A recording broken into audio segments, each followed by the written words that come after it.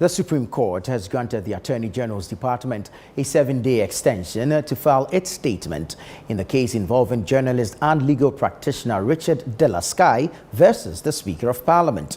This case centers on the Ghanaian Family Values Bill aimed at promoting traditional family values, which critics argue may infringe on individual rights, particularly those of marginalized groups such as the LGBTQ+ community.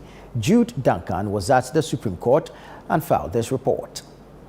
The Supreme Court of Ghana has granted the Attorney General's Department an additional 7 days to file its statement of case in the matter of journalist and private legal practitioner Richard Delaskai versus the Speaker of Parliament, which challenges the constitutionality of the Ghanaian Family Values Bill. Any affidavit in the position filed by either the plaintiff or the first defendant, accordingly, it is hereby ordered that time for the second defendant to file a statement of case is extended for 7 days from the date of this order. During the proceedings, the state attorney also requested that the court compel the Speaker's legal team to submit a report on the financial impact analysis of the Family Values Bill. Following the hearing, lead counsel for Richard Delaskai, Kwesi Abedu, questioned why the financial impact analysis was not presented by the Speaker's counsel, Tadio Sori, who had previously stated that the report was ready at the last sitting.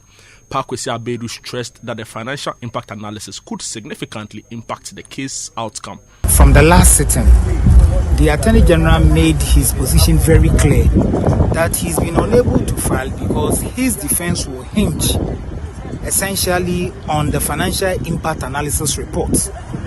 We should have accompanied the memorandum before its admission by Speaker and being deliberated onto a bill.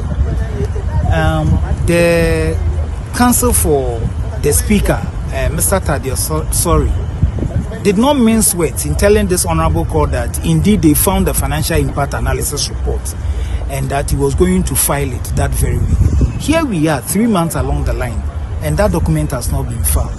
Now they filed their defense without that report.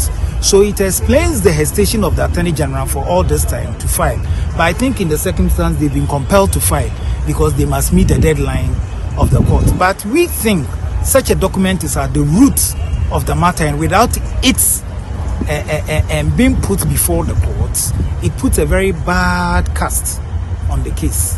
In a similar case involving lecturer Dr. Amanda Odoi versus the Speaker of Parliament, the Supreme Court also granted a 7-day extension to the Attorney General's Department to file its statement of case. The Apex Courts today agreed to a request filed by the Attorney General's Department requesting for an extension of time on the constitutionality of the Family Values Bill brought before it by private legal practitioner and journalist Richard Delaskai. The Apex Court granted an additional 7 days for the AG to file their statement of case on the matter. Also featuring prominently at the Apex Court today on the case was the issue of the financial impact analysis, which the Attorney General's Department argued that was necessary for the case, urging the bench to compel really the office of the Speaker of Parliament to file in the next year. And reporting for Channel One News, my name is Jude Duncan.